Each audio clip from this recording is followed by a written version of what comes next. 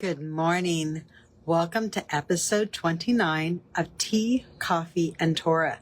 I'm glad to have you with me this morning, and I have appreciated all your interaction and all of your comments, so please keep them coming. This morning I have something fun because we are looking at the scholarship of the prophets and how they cited older text, how they cited ancient text. And this morning, we're going to see that in detail. So I hope you were able to find, I did post earlier, a brand new chart that you can either print out or you can just have handy on your screen and follow along. I will be posting it in comments today as for when you come back and you look at this video again, you'll be able to see it in the comments. Now, I have been using Jeremiah 32:21 as the basis of our study because it is a very late text. And this late text shows how ardent, how widespread scholarship was in Israel and how it really lasted for the entire monarchy period. It really begins probably during the Judges era, and it continues all the way through the end of the monarchy. But then even afterwards, Ezra and Nehemiah will eventually see that there is scholarship that they use in those books as well. So it becomes really a standard of scholarship that is used in ancient Israel for everything that we read in the Old Testament or Tanakh. So this morning we're building on the concepts of out of Egypt, what Yahweh swore to your fathers. Those are the two main concepts. There's actually another one, but I see that it got cut off. So we'll come back to that one a little bit later. The other one was brought you out of the land of Egypt. So it was a little bit, actually, no, I did keep it. It says, this land which you swore to your fathers. So Yahweh swore this land to Israel's fathers. That is the third phrase that we're looking at. So the first one is out of Egypt. The second is your people Israel, some sort of reference to Israel. And then the land which God or Yahweh swore to Israel's forefathers. And all of these concepts are found in Jeremiah 32:21. But we're going to see that they continue to be built upon throughout the books of Joshua and Judges, and that's what we're going to look at. If you look at Joshua 24, verses 5 and 6, it talks about Yahweh bringing Israel or bringing Israel's fathers out of the land of Egypt. That's the very first cell that we have. Oh, let me also say, this time I found that it worked because the document is not as long. It worked better to print it in landscape. And then I stitched it together in leaves again. And again, it is still 3 leaves. So that's how it worked today. So in Joshua 24, verses 6 through 8, we also have the idea of the plagues. Yahweh put darkness between Israel and the Egyptians at the crossing of the Red Sea. And that may not be a technical plague, but it was a continuation of another plague that occurred in Egypt where Egypt experienced darkness previously. But then you find that instead of saying signs and wonders, which really becomes a formula for a reference to the Israel among Israel's scribes, in Joshua 24, it's referred to a little bit differently. It says, and your eyes saw what I did in Egypt. So this is a different type of reference, still the same concept, but a different type of reference. And then it says, you dwelt in the wilderness a long time. Well, 40 years is obviously a very long time. So notice that this text is very reflective. It reflects upon an original experience. It reflects upon original sources. So I'm going to go ahead and just read this text in its entirety. It says, and I brought your fathers out of the land of Egypt, and you came to the sea, and the Egyptians pursued your fathers with chariots and horsemen to the Red Sea. So they cried out to Yahweh, and he put darkness between you and the Egyptians, and brought the sea upon them and covered them. And your eyes saw what I did in Egypt. Then you dwelt in the wilderness a long time. So again, this text is very reflective. It is written in first person. It is directly addressing a people. And I am competing with some lovely birds this morning. I think they have a nest right up here in my in my ceiling. So it's a lot of fun. Lots of birds out this morning. So this is actually Joshua 24, 6 through 8. Now we're going to go back a little bit to Joshua chapter 5, and I think this is verses 5 and 6. And I'm just going to go ahead and read this. For the children of Israel walked 40 years in the wilderness. Again, we have this idea of a long time, 40 years in the wilderness, to all the people of the men of war were come out of Egypt. So here again, we have this phrase, come out of Egypt, which really refers to the entire Exodus experience.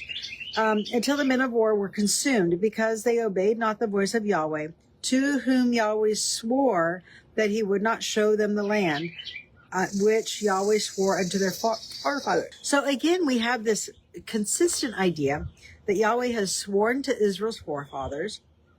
They've come out of the land of Egypt.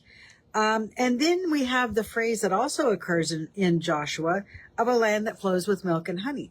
So this is very consistent. It shows that they're working from original sources. And as we saw last time, those original sources come from Exodus, and then later Deuteronomy, with some stitches also occurring in Numbers and Leviticus. But this is all very consistent. There's no contradiction. The concepts are the same.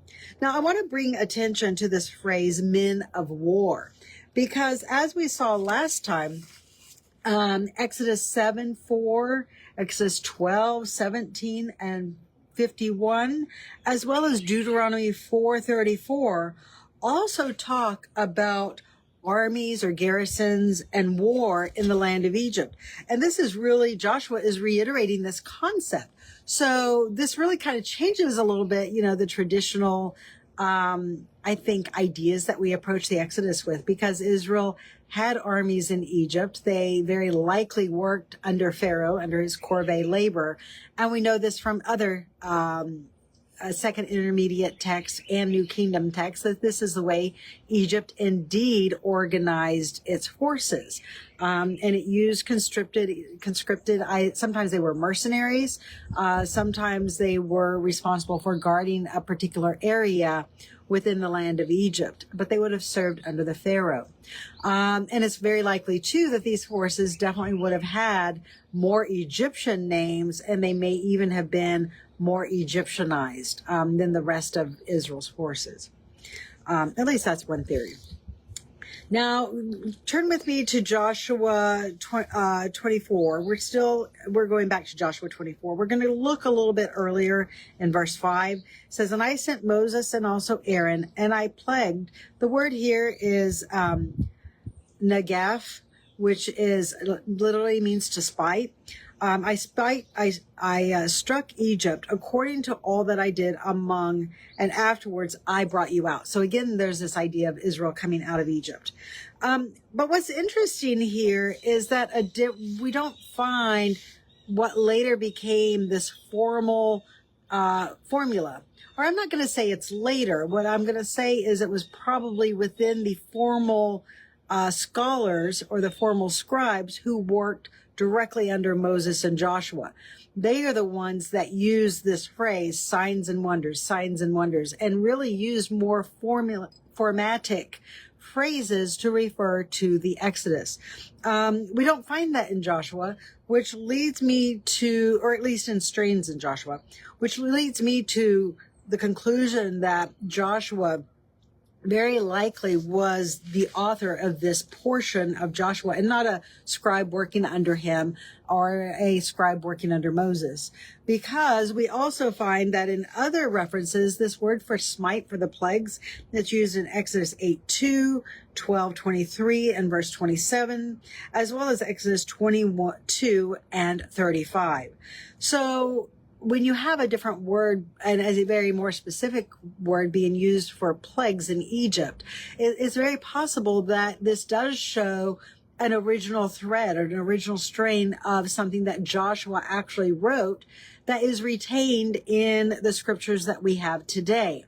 And again, this does not undermine the fact that there were other scribes writing under Moses. I think that when we put all of our eggs in one basket, and what do we know historically? When a text is written by only one person, its credibility can be undermined. But when you have different scribes, as would have happened in Egypt, writing underneath the leader, and these would have been the people in the army, your highest ranking officials in the army, it definitely leads credence to the text.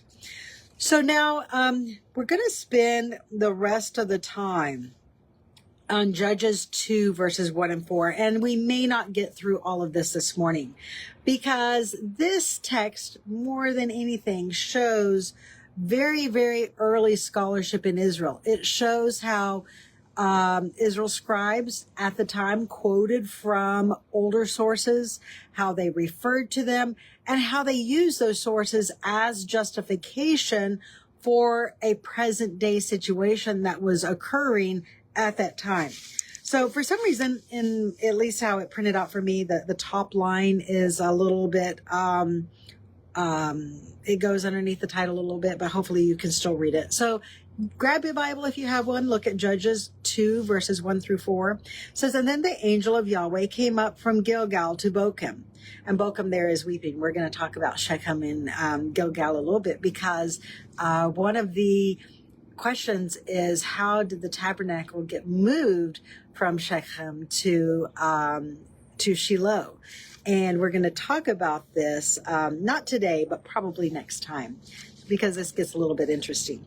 It says, and I led you out from Egypt and brought you to the land that I swore to your fathers. So again, I ran out of time this morning, and I'll go back and re-upload this document, because it shows that this concept of Israel coming up out of the land of Egypt, and again, this concept of the land which Yahweh swore to Israel's forefathers, something that is reflected in Jeremiah. Throughout the Exodus and Deuteronomy narratives, that concept is constantly reiterated. Now, it also says in Judges 2, verses 1 through 4, and I said, I will never break my covenant with you. So where does this concept of Yahweh never breaking his covenant with Israel come from? Well, I want to share with you a few texts, and I do have them in parentheses in that quote in that section for Judges. But these are the texts that refer to Yahweh never breaking his covenant. We find the first one is with Noah, the Noahic covenant in Genesis 9:12. And God said, for this is the token of the covenant that I make between me and you and every living creature that is with you. It is a perpetual covenant for all generations.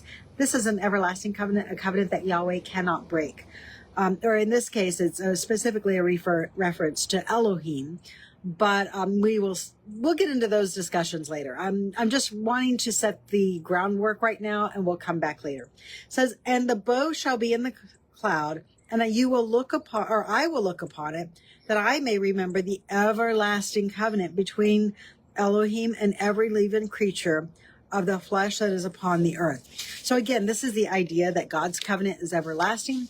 Now, what we find is that the covenant that Yahweh made with Noah is later incorporated into the Israelite covenant. Every aspect is there. And not one covenant do you ever find, does God ever rescind? Does he ever change? Or does he ever do away with a previous covenant? Rather, those covenants are always rolled into a subsequent covenant, and they build one upon the other. So another text that talks about an everlasting covenant, a covenant that God cannot break. Genesis 13 verses 14 through 17. Yahweh said to Abram, after that Lot was separated from him, lift up your eyes now and look to the place where you are, northward, southward, eastward, and westward. For all this land that you see, I will give it to you and to your seed forever. And I will make your seed as the dust of the earth, so that a man can number the dust of the earth. Only then shall your seed be numbered.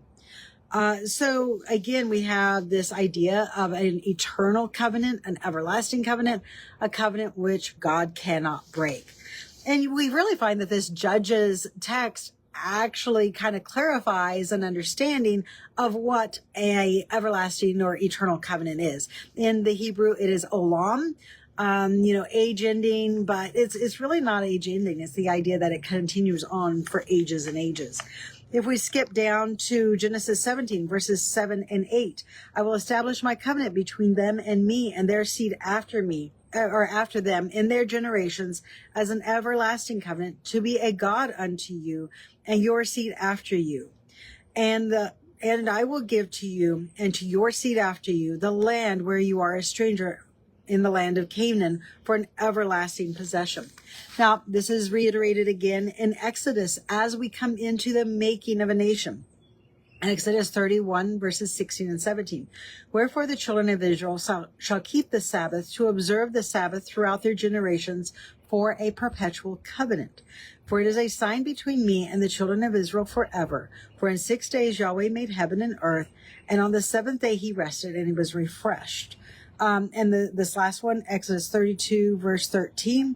Remember Abraham, Isaac, and Israel, your servants, to whom you swear by your own self, and said to them, I will multiply your seed as the stars of heaven, and all this land I have spoken I will give to your seed, and they shall inherit. Now, this text is really, really interesting, because when you look at Exodus 32:13, where it says, this land which you said you swore by yourself, when you go back to Exodus 15 and Yahweh makes his covenant with Abraham, you do indeed find that Yahweh says, I swear by myself.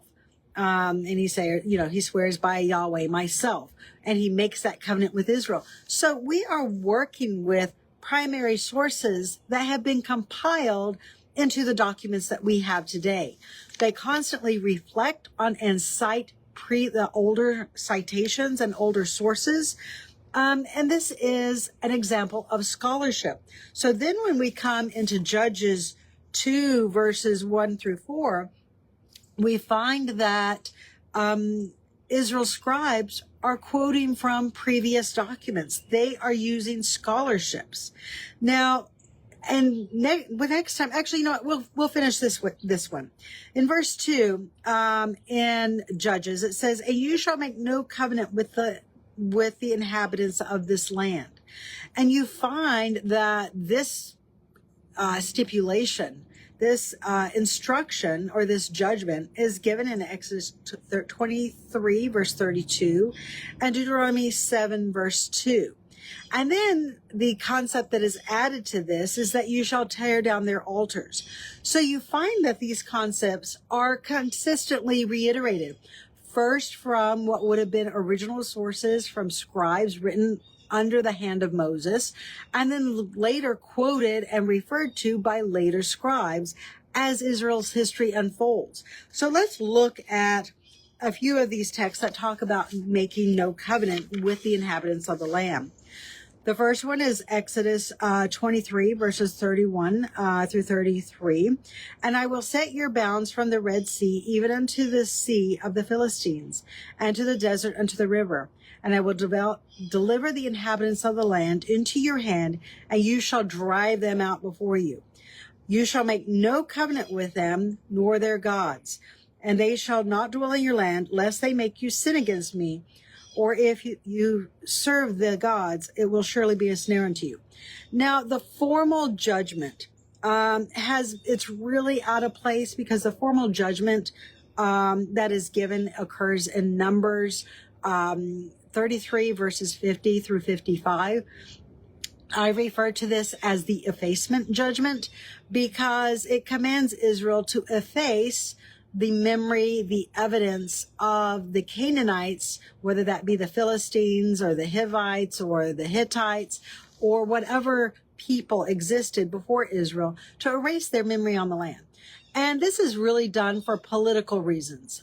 When you erase a people's memory to the land, when you erase their evidence to that land, it becomes easier to subvert them. It becomes easier to control that land, because the people's ties to that land are severed. And then you are indeed able to rise up in their stead, and you are able to occupy that land and to have less, theoretically, less conflict over the ties that people feel to a homeland, because really it's no longer their homeland. Everything that made it home to them no longer exists, and now you are there in their stead. So this is something that is done politically. When we look at Deuteronomy 7 verses 2 through 5, it says, "And when Yahweh your God shall deliver them before you, you shall smite them and utterly destroy them. You shall make no covenant with them." So this is again probably a text that Judges is quoting from. "And you shall show no mercy to them. Neither shall you make marriages with them. Your daughters shall not be given to his son, or your daughters take unto your son. And for they will turn away your son from following me, that they may serve other gods. So the anger of Yahweh will be kindled against you and destroy you suddenly. But this is how you shall deal with them. You shall destroy their altars, break down their images, and cut down their groves, and burn their images with fire." So we are going to get into this concept, this idea of tearing down their altars, tearing down their images, and we're going to delve more into the effacement judgment of Numbers 33, verses 50 through 55 next time. I am trying to keep these short. I don't want these to become too much at one time, but I hope you'll join me for episode 30 as we delve into the effacement judgment and we see how these ideas are consistent throughout Scripture. They're not changed. The concepts, and that's really what I'm looking at, the concepts are very, very strong. And there is a strong thread where they are reiterated. And sometimes it is the exact same words and the exact same phrases. So please join me next time. I appreciate you being with me this morning. And I hope that you will have a fantastic weekend. Shalom.